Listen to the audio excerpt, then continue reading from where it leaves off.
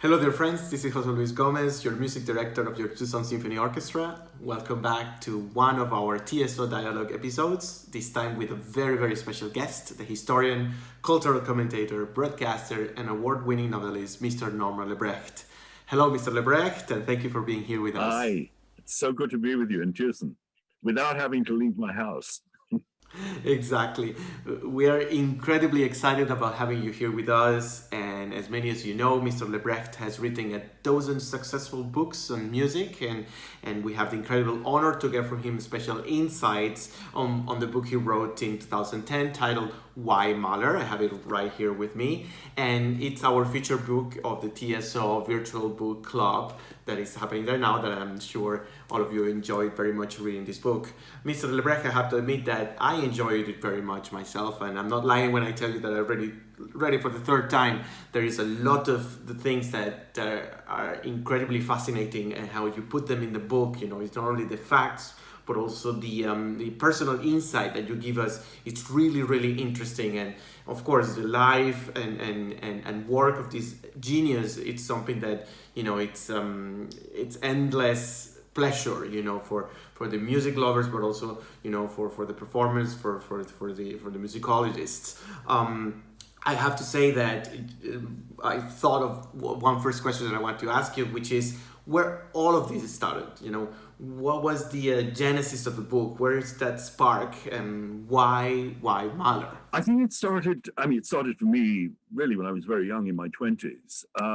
But this particular book, when I just started to get to know Mahler and the music was being performed, and it was not yet mainstream. We're talking about the late 1970s, early 1980s, and conductors were still feeling their way around this. It wasn't yet mainstream.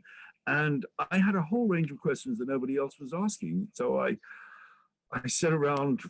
First of all, I thought I was going to write a Mahler biography, and then I kept discovering so many documents that were either unpublished or untranslated. I wrote my first book, which is called Mahler Remembered, which is a kind of elliptical biography of Mahler. It's Mahler as seen by his contemporaries, and took me much more into his world. And then I started traveling around everywhere that Mahler had been, digging around and walking the walks. You know, this is a man who could not bear to waste 5 minutes of his time. So he's music director of the Vienna Opera, okay? That is a hell of a job, because it meant not only that he's running the biggest opera house in the world, but also that he's conducting there 100 nights of the year.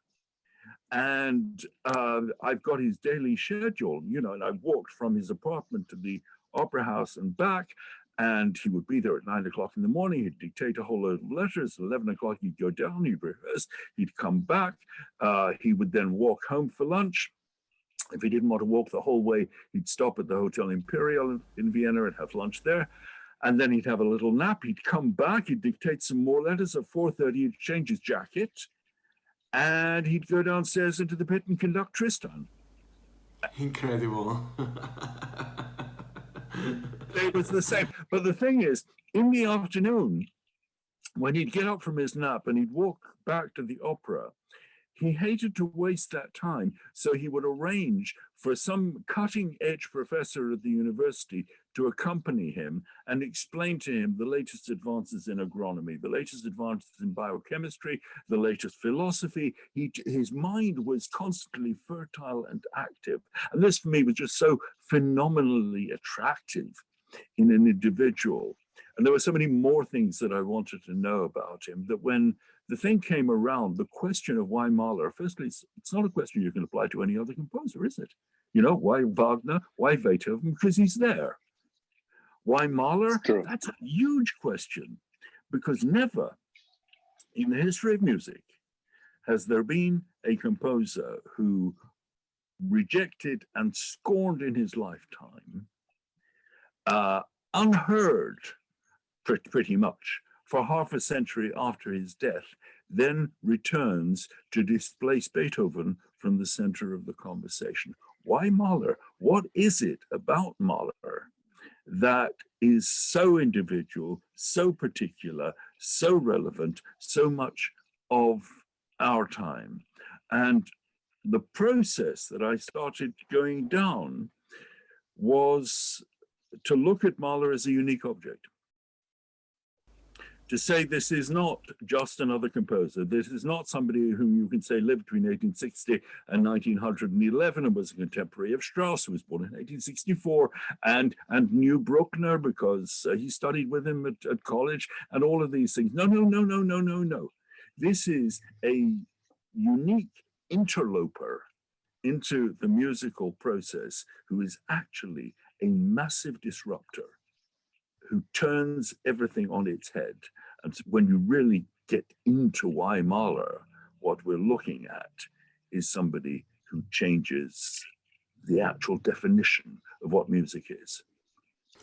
And that's so true, and that takes me actually to my next question, which is, has to do with the complete title of the book, which is Why Mahler, How One Man and 10 Symphonies Changed the World. So how do you think that Mahler and his 10 symphonies continues to change our world and our current COVID-19 world? So he's still, he's making an impact, right? Oh, yeah. Yeah. I mean, does Freud change our world? Of course. Does Freud matter to us in the way that we manage our lives and our relationships and so forth? Yes. If Freud matters to us, then Mahler matters to us in exactly the same way. You want an example? Here we go. Opening of the first symphony, right? What happens Yep. at the beginning? What happens at the beginning of the first symphony? Nothing, right? You have nothing for 4.5 minutes. I mean, imagine a premiere. It's Budapest. It's 1889, November 1889. He's the music director in Budapest. He's a young man. He's in his late 20s. He's very popular with the audience. They want to hear his first symphony, and he the first couple of pieces that he does in the concert, very successful. Lovely, wonderful overture, wonderful concerto. Second half, up comes the symphony. The audience is sitting there, and what do they get? White noise. Nothing. Nothing. And they're sitting there. So, I mean, they're looking at each other, going, what's going on here? And Mahler stretches this out for 4.5 minutes. That's the length of 2 pop songs, by which time the audience's patience has snapped many times over. You have to ask yourself, what is going on here? This is a young man. He wants to make a name with himself with his first symphony. What is his first note? The first symphonic note that Gustav Mahler writes. An A, beautiful A. Lewis Carroll, begin at the beginning, carry on until you come to the end, then stop. It's an A, and it's on the open strings. There you go.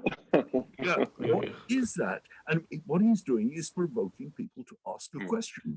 Why Mahler, they say? Why? What is going on here?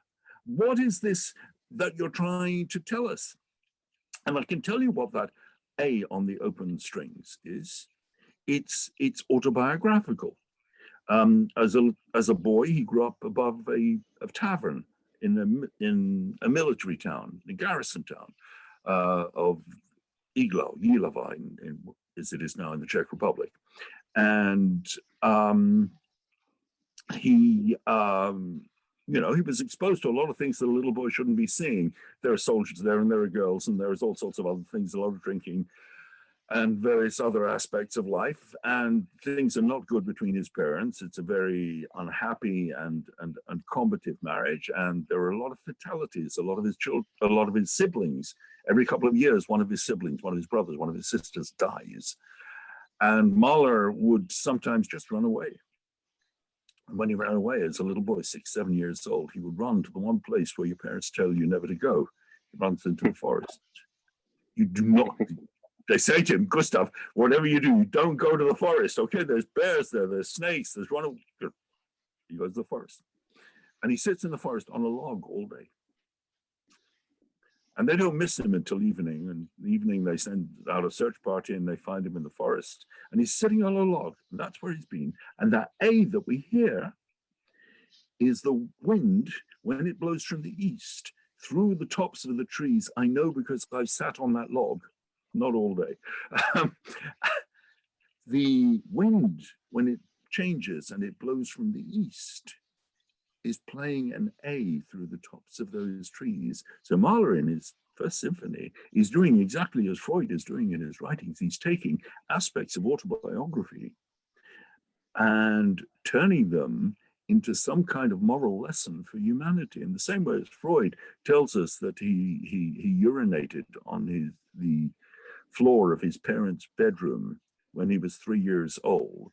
And he tells this as a prelude to developing the Oedipus complex. Mahler is telling us something about his distress as a child, about the abuse of children, about children who are brought up in terrible circumstances. And he's telling us something else. With this 4.5 minutes of white noise, he's telling us music is not what you think it is. You and I mean, we think music is what you play in a concert hall, okay? You come there after work and you sit down and there's musicians on the stage and you sit back and you wait for the music. And Mahler is saying to you, that's not the whole of music. You are actually locking out the third dimension of music, which is the world around you. And the world around you has to be heard, at least in your imagination, as you're hearing the music. And you are hearing it. You're hearing the person next to you breathing heavily. You're hearing somebody 4 rows back rustling a sweet paper. You are hearing, but you're not aware you're hearing. And Mahler is saying music exists within the world. You can't lock the world out. And he defines this absolutely clinically when he gets to meet Sibelius in 1907. And they have this wonderful conversation. They're walking through the woods outside Helsinki. A lot happens in the woods with Mahler. They're walking through the woods outside Helsinki, and Sibelius is young. He's what is he, 20 years? He's 20 years younger than Mahler, 15 years younger than Mahler. Sibelius is very full of himself. He's just finished his third symphony. He says to Mahler, isn't it wonderful? Symphony, such a fantastic thing. You can create the absolute purity. It's like not a superfluous note. It's like a glass of iced water. And Mahler says to him, that's rubbish. He uses the German word Quatsch. He says, that's rubbish. The symphony is like the world. It must embrace everything. So Mahler, from the very beginning of the First Symphony, is telling us music is not what you think it is. Music is actually everything. And then, well, yes, and that relates exactly what we need right now in the world. I mean, we took for granted live music, and somehow, and Mahler is telling us with his music that it presents something more vivid, and that music embraces the world itself. Exactly. And as we live now in a world without live music, as we experience this deprivation and this isolation and this desolation, we're starting to redefine music again for ourselves. We are recognizing that music is actually not something that we can receive passively. We have to choose how do we want to make it or receive it actively. We need to redefine this relationship between me and music, between you and music. We need to make this happen again. We don't know what the world is going to look like after COVID-19. It is going to be different. It's quite clear that it's going to be different, and music is going to have a different place within it. But if we go back to Mahler, to basic principles, and we go back to this idea of saying, music is not the same as it was in Beethoven's time, not the same as Beethoven saw it, not the same as Brahms sees it because he was still alive, or Bruckner, or anybody else. Music is how we remake it. And Beethoven is, of course, tremendously important, and we're in his anniversary year, and we're deriving enormous strength and encouragement and comfort from Beethoven. But from Mahler, we get vision.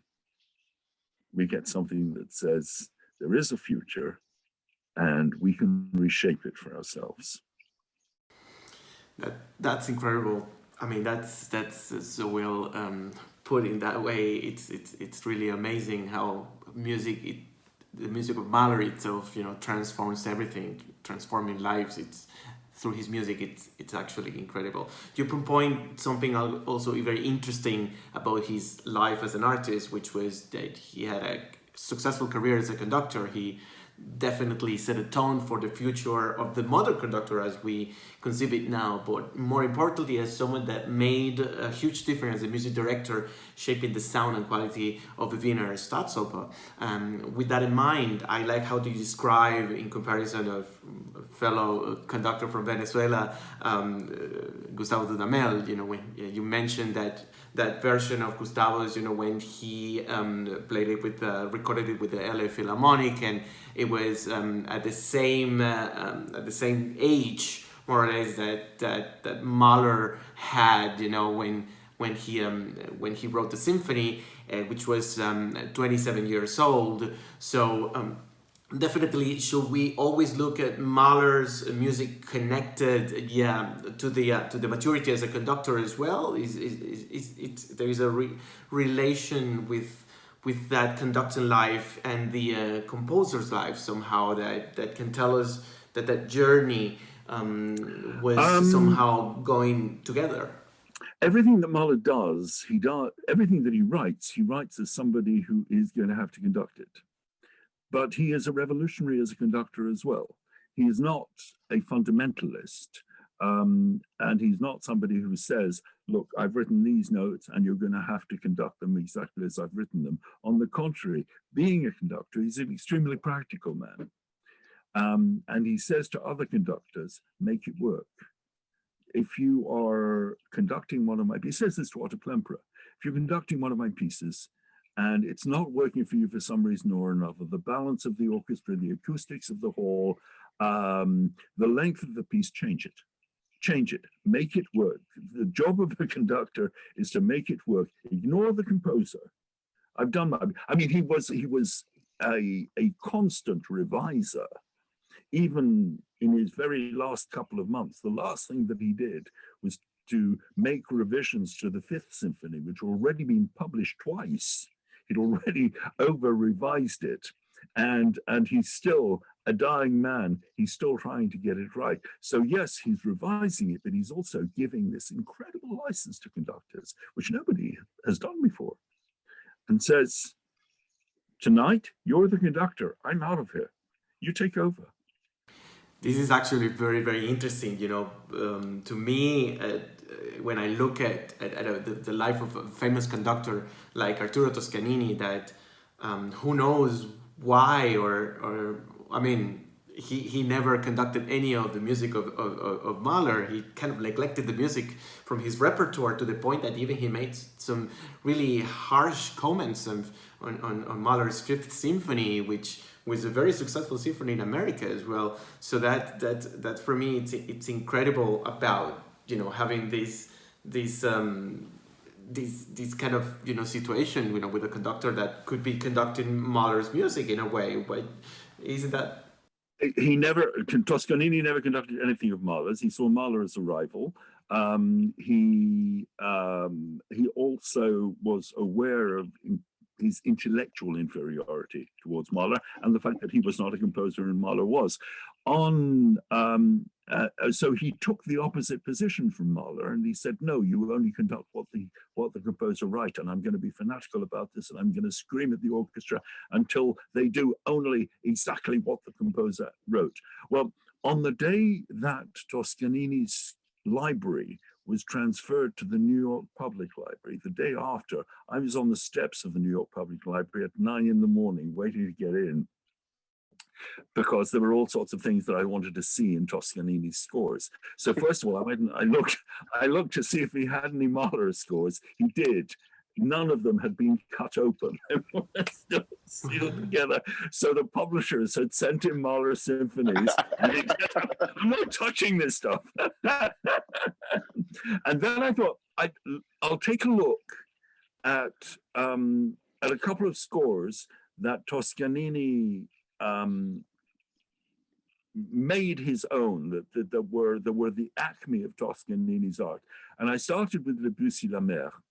And I'm looking at Toscanini's score of Debussy La Mer, and he hasn't just marked it up. he has scribbled all over it. He's changed it. There are several colors and a lot of green ink, and he has completely changed Debussy. So Toscanini's assertion of fundamentalism, that what the composer wrote is sacrosanct, was not actually what he did in practice. Mahler was a very practical conductor. He said, there are certain things in Beethoven, we need to change the balance of the Ninth Symphony. It's not working for me. He did. I mean, he got into terrible trouble with the Viennese. He said one of the late string quartets, Yeah. this will work better with string orchestra. He got into even more trouble with the Viennese. No, this is Holy Writ. This was given by God on Mount Sinai. It's a Beethoven score. You don't touch it. Mahler said, make it work.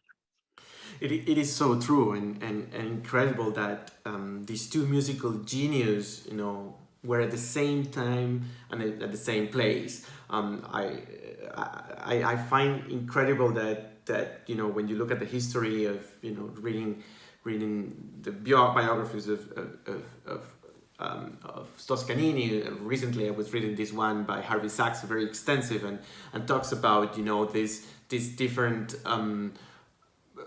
views that the Metropolitan had, that they had the Metropolitan Opera House, that they have to have an Italian conductor, which was Toscanini, and the German side with Mahler. And it's incredible that they were there, but these two minds, as you said, were clearly defined by different approaches that they have towards music. Toscanini being a melee conductor, and Mahler not only conductor but also a composer, a more complete artist. So it's really interesting, to see that it translates as well in how they understood the music making, Yeah, please go ahead.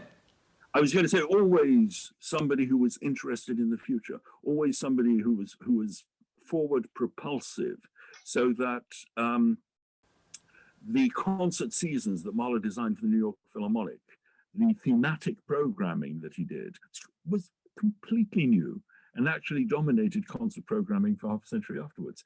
The notion that he was going to do one concert, he was going to do one stream in the series on contemporary music, and he was going to expect the public to pay for contemporary music. And each season he was going to develop a different country's new music. So the last concert of his life was the latest music to be coming out of Italy, and it included the world premiere of a wonderful piece by Ferruccio Busoni, the Berceuse Elegiaque. So Mahler is always looking forward, and Toscanini is always looking back. They really were antipodes. Yes, actually, I agree with that. I mean, there were antipodes and there were antipodes at the same place at the same time, which is even more amazing. I can think about that example of Horowitz saying that, I think I saw it in one of these videos, that he talks and he tells about his experiences, that he says that at his time there were all these composers, Rachmaninoff and so on, all together, and now there is nothing. Well, I will say differently that, of course, there is other things happening as well. I think the times right now are different, and obviously we have an understanding of life which is a little bit more hectic. But moreover, I would say that Mahler's music reminds us of that depth of music that it's incredibly powerful, and so I want to look at these moments of that we're living right now as an opportunity to also revise the intensity and the power of the music, as you're saying, the power of Mahler music into our lives.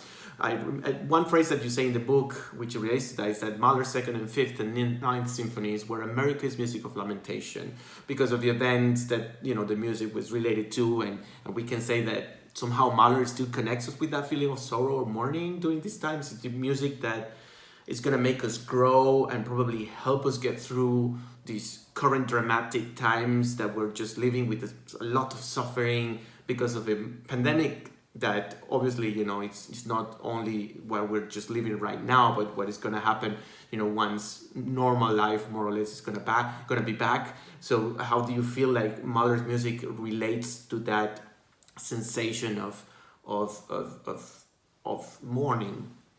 One of the most important things about Mahler, and again we see this right from the First Symphony onwards, is that he developed a multilinearity in music. He developed the possibility that music could mean more than one thing at the same time. And he did so by inventing musical irony. Irony, if you take the definition of Samuel Johnson, is a way of saying one thing and meaning something else. In other words, conveying parallel meanings. Mahler does this in the third movement of the First Symphony wonderfully, and he does it most powerfully of all in the Adagietto of the Fifth.